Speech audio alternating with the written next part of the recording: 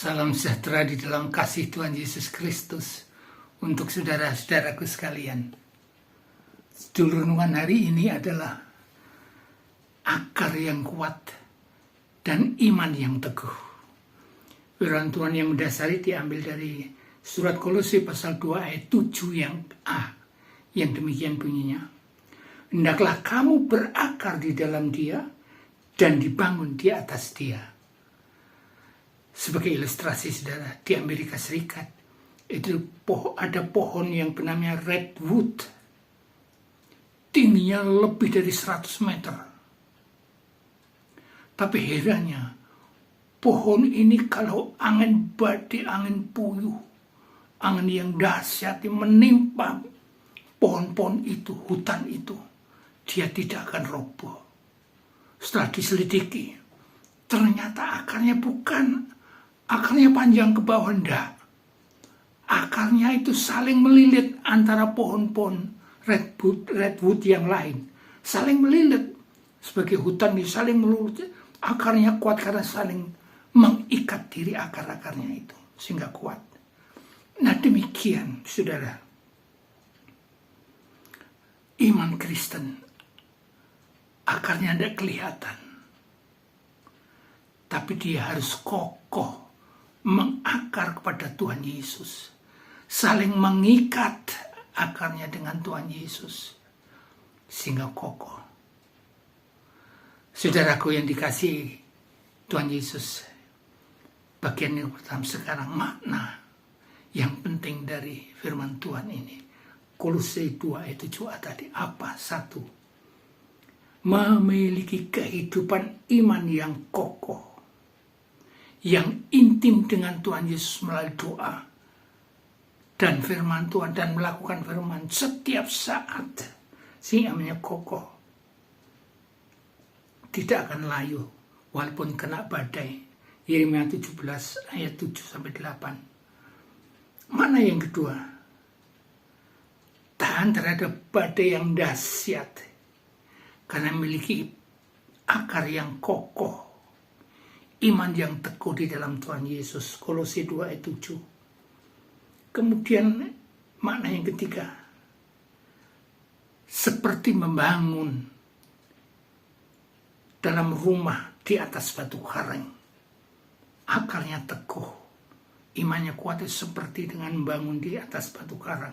Matius 7 ayat 24-25. Mana yang keempat, panggilan untuk tetap teguh dan tidak goyah, dan akhirnya berbuah lebat, tindakan nyata. 1 Korintus 15 ayat 58. Nah bagian yang kedua sekarang saudara-saudara, praktek nyata. Bagaimana akar yang kuat dan iman yang teguh itu bagaimana nyatanya. 1. Disiplin, teguh imannya, menyediakan waktu, tenaga dan harta untuk menolong sesamanya. Itu nyata betul. Yeremia 17 ayat 8. Praktek yang kedua, berdiri teguh walaupun ada ajaran-ajaran yang bergentayangan, dia tetap berdiri teguh karena imannya yang kokoh pada Tuhan Yesus. Tidak akan layu. Kolose 2 ayat 7-8. Praktek yang ketiga, saling mengunci imannya kepada Tuhan Yesus. Jadi seperti tadi pohon redwood tadi, saling menjalin, mengikat satu sama lain. Demikian orang percaya, imannya selalu mengikat di dalam Tuhan Yesus sehingga imannya kokoh berdiri walaupun badai dahsyat. Mana yang praktek yang keempat, menjadikan firman Tuhan sebagai pondasi yang kokoh. Firman Tuhan, doa, dan firman Tuhan dijadikan pondasi yang kokoh. Firman Tuhan yang dilakukan dalam sehari-hari itu menjadi pondasi yang kokoh. Matius 7 ayat 24. Nah, sekarang sebagai kesimpulan dari akar yang kokoh, akar yang kuat, dan iman yang teguh.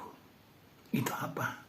Kesimpulan satu, kuatan hidup kita itu ditentukanlah iman seseorang. Iman dan kebenaran dan ketaatan kepada Tuhan Yesus. Itu adalah kekuatan hidup. Yohanes 5 ayat 4. Kesimpulan yang kedua, iman yang teguh tidak akan goyah terhadap badai kehidupan, apapun badai itu. Imannya tetap kokoh berdiri karena dia berakar kokoh kepada Tuhan Yesus Kristus. Matius 7 ayat 24-25. Kesimpulan yang keempat, bertumbuh bersama-sama dalam dalam komunitas yang sehat, bertumbuh bersama seperti pohon redwood tadi, bertumbuh bersama ke atas sampai ratusan meter. Nah, kita orang percaya ini juga bertumbuh bersama karena memiliki akar yang sama, melimpah dengan ucapan syukur. Dalam Kolose 2 tadi,